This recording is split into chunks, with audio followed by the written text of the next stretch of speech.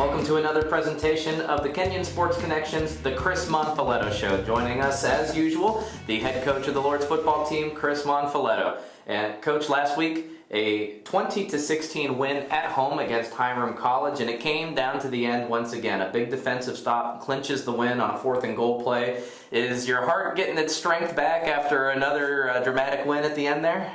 Yeah, I mean, I don't know. It's 3 in a row now, really. But we're able to win close ball games, and that's a good sign. That's a sign of a team that believes that they can win games, and that's a positive of it. I would like them to be a little bit less close, but sometimes it just doesn't work out that way.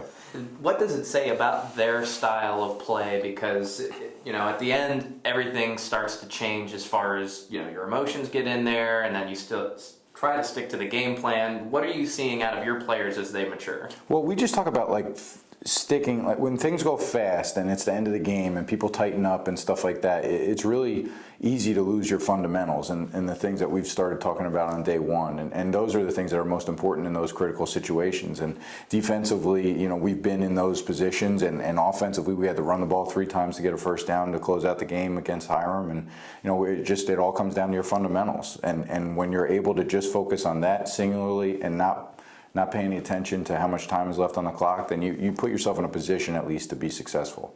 And we'll come back to the defense, but one guy whose numbers jumped off the page was Brandon January.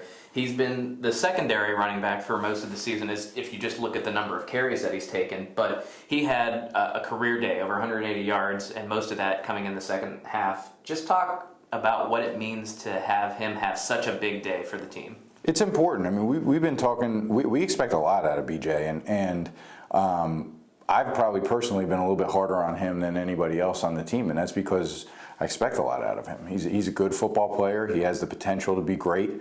And on Saturday, he was really able. I mean, we were really proud of him. He played up to his potential. He did everything that we asked him to do during the course of the week in terms of practicing hard and that sort of thing. And it just wound up that he got more carries than Casey on Saturday, but he kept pounding the rock, and he protected the football, which was the most important part of it.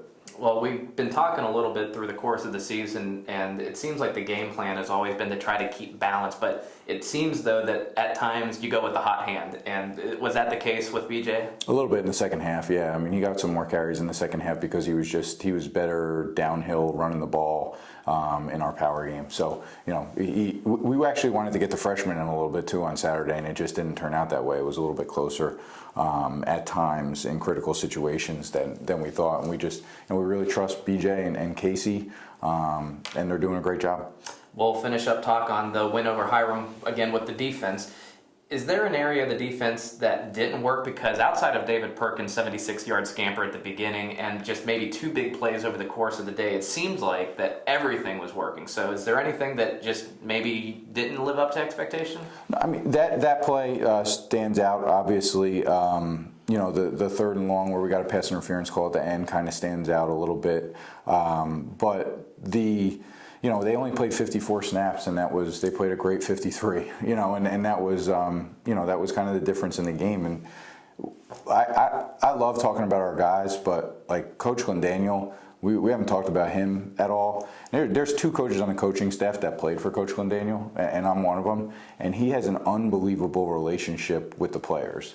And they play, not only are they well prepared, but they play extremely hard for him. And just having him here is an unbelievable asset to the program. And so we talk about the defense every single week. And, I haven't talked about him yet. And he's done a great job just getting our guys prepared for whatever they're going to see. He's definitely deserving of the kudos that you just gave him. So we'll transition into next week with our off-topic topic. Last week we talked a little Halloween talk. And we had, over the course of the week, some superheroes that were mentioned as either kids' costumes or our adult counterparts. But that kind of being said, if you could have one superpower at all, what would it be? I don't know. I guess speed read. I'd like to know how to speed read. That would be. I have no idea. The speed reading includes speed reading out there on the field? Yeah, that would be great. Maybe, I don't know. Well, maybe a little bit more romantic. I think my wife would like that. Super romance. That's about all I got. I don't know. You might have just came up with a really good idea for a book or a movie right there. It's like Hitch on steroids there. going into the Wabash game, it's certainly going to be the beginning of a tough stretch down the back end of the schedule. Just looking ahead, they defeated OU last weekend 38-13, and they are undefeated and up there among the nation's best. Just talk about what exactly makes them a dangerous team.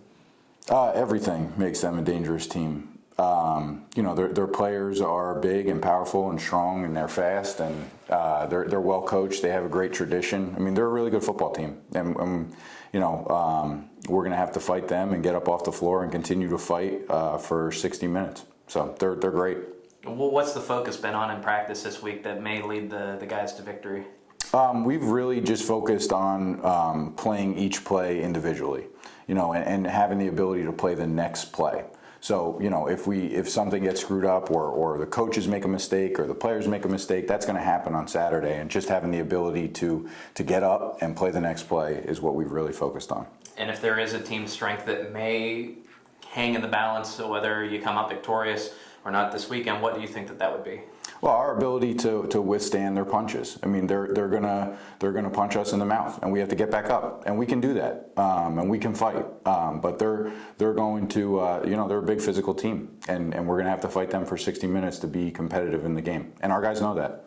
Well, hopefully that'll be the case as we take on the Wabash Little Giants this Saturday at their place. So make sure that you come back to the online home of Kenyon Athletics, athletics.kenyon.edu. Full coverage will be provided for that game and the rest of the season. Coach, we wish you the best of luck, and hopefully those superpowers will come into play this weekend as you take on the Little Giants. For Chris Monfiletto, head coach of the Lord's football team, I'm Ryan Gasser of the Kenyon Sports Connection. Thanks for watching, everybody. Thanks.